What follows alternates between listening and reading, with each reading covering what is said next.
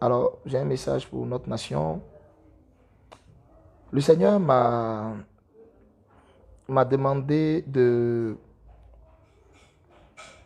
d'organiser un programme éclaté. Écoutez-moi bien. Le Seigneur m'a mis à cœur d'organiser un programme éclaté. Je répète, le Seigneur m'a mis à cœur d'organiser un programme éclaté. Et ce programme éclaté va voir, il m'a demandé de, de, de joindre à cela euh, certains serviteurs de Dieu que je vais bien sûr, il m'a dit certains serviteurs de Dieu dont il va me donner rapidement, dont il va me donner les noms pour que nous puissions, en fait, ces serviteurs de Dieu là et moi, prier par rapport à la Côte d'Ivoire, à ce programme. Et il y a quelque chose d'assez important, en fait, pour lequel je veux vous expliquer la raison de ce programme. C'est que le lendemain de ce programme, comme le Seigneur me l'a ordonné, le lendemain de ce programme en faveur de la Côte d'Ivoire, Dieu m'a dit de partir à chose, de partir au niveau de certains carrefours d'Abidjan, au niveau de certains ronds-points d'Abidjan. Et au niveau de ces ronds-points-là, je vais partir là-bas avec, euh,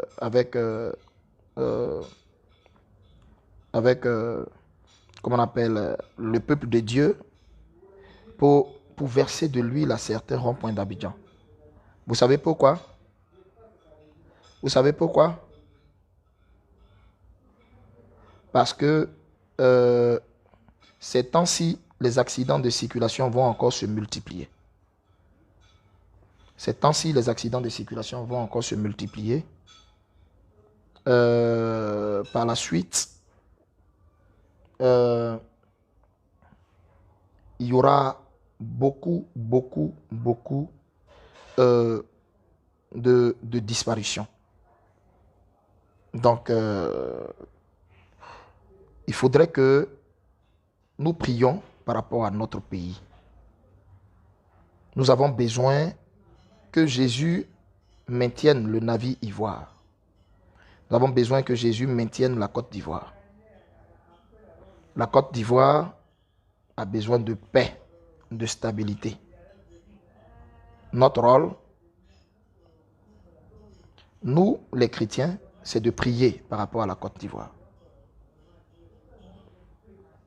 Je répète, notre rôle, nous les chrétiens, c'est de prier par rapport à la Côte d'Ivoire. Euh, on est dans une période assez sensible. La seule chose qu'on peut faire, c'est de prier pour notre pays. C'est de prier pour notre pays. Et nous avons besoin, pour cela, de poser une action, je répète, à des endroits stratégiques. À des endroits stratégiques. Je voudrais savoir,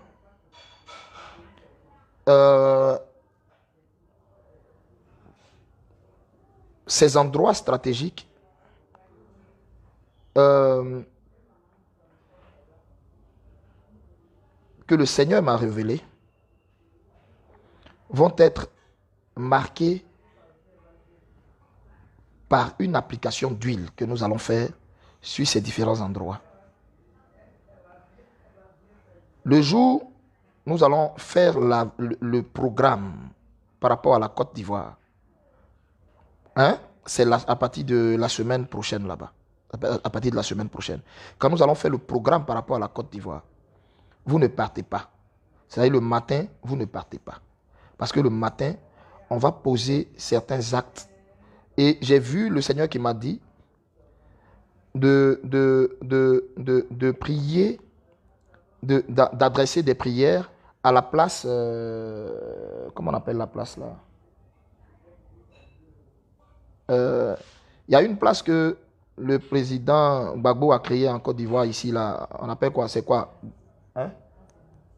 On dit c'est quoi? C'est place des Martyrs ou bien boulevard des place des Martyrs ou bien quoi, la monument des Martyrs.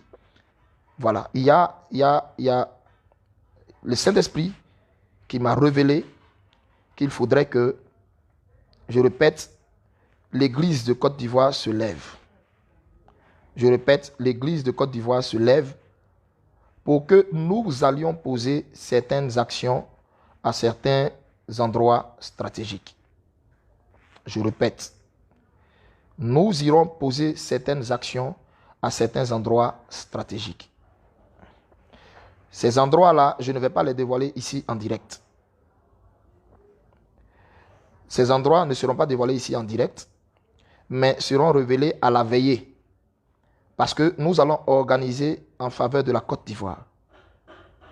Et le thème que nous allons, le thème de cette veillée sera, je répète, j'ai entendu ses cris et je suis descendu pour le délivrer.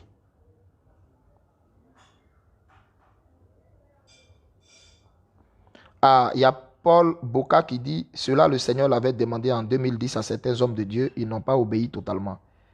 Et c'est après qu'ils ont reconnu leur désobéissance. Voilà, donc, je répète, je ne vais pas dire les différents endroits où ces choses seront faites. Mais, je répète, nous devons prier. Vous savez, nos hommes, nos autorités politiques, c'est à nous de prier pour eux, pour que la sagesse les habite, pour que la tolérance dans leurs propos les habite.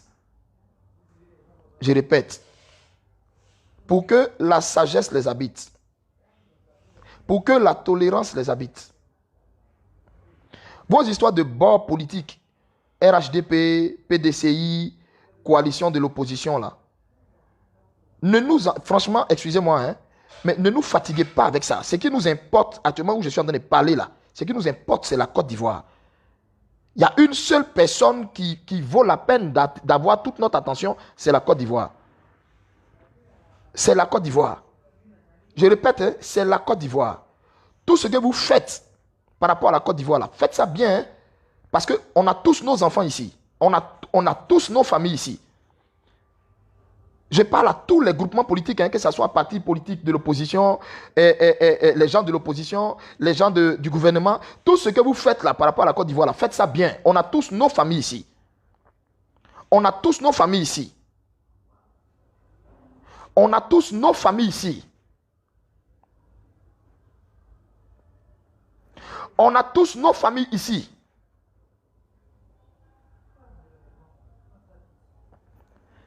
Donc, l'action qu'on va poser, ce n'est pas une affaire de PDCI, une affaire de FPI, une affaire de RHDP, une affaire de quoi. Il n'y a pas un seul parti politique même de Côte d'Ivoire qui va dire que je suis en contact même avec lui. Ce n'est même pas possible. Je ne veux même pas être en contact avec eux. Je ne veux pas. Je ne veux même pas. Je ne veux pas. Les politiques là, je ne veux pas. Je suis apolitique, ça ne m'intéresse pas. Je n'ai jamais dans ma vie eu même une carte d'électeur. Ça, jamais. Et puis, je n'ai jamais même dit à un fidèle même, non, écoutez-moi. Si l'affaire de Côte d'Ivoire, là, pardonnez, faites ça bien. Faites ça bien. Le semblant d'accalmie que vous êtes en train de voir, là, pardonnez, hein. Généralement, les semblants d'accalmie, là, ça annonce de grandes tempêtes après. Affaire de Côte d'Ivoire, là, faites ça bien. Et tant que nous, on aura la force pour prier, tant que nous, on aura la force pour prier, je répète, tant que nous, on aura la force pour prier, c'est ce qu'on a à faire. Je vous en supplie. Je vous en supplie. Je vous en supplie.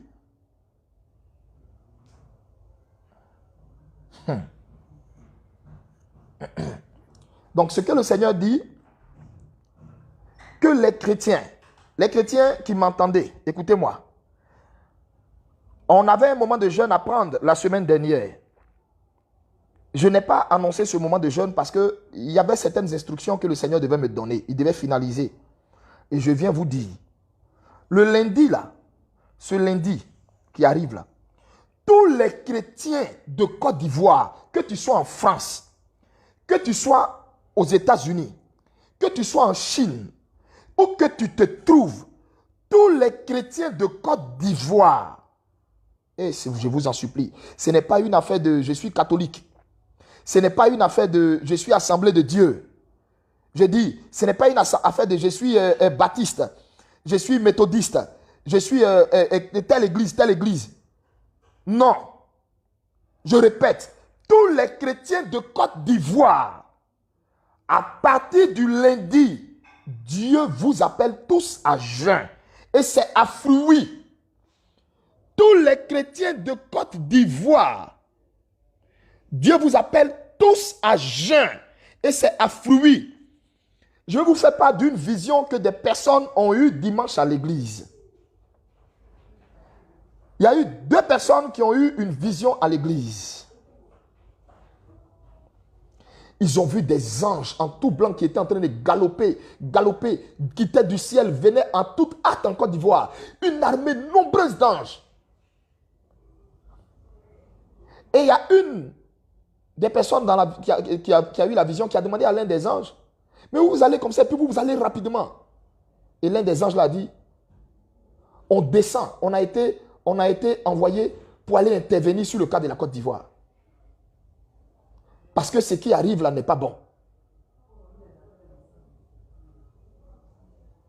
Bien-aimé, Jésus veut intervenir dans notre situation. Laissez la politique aux politiciens. Nous, notre rôle, c'est de prier par rapport à la Côte d'Ivoire.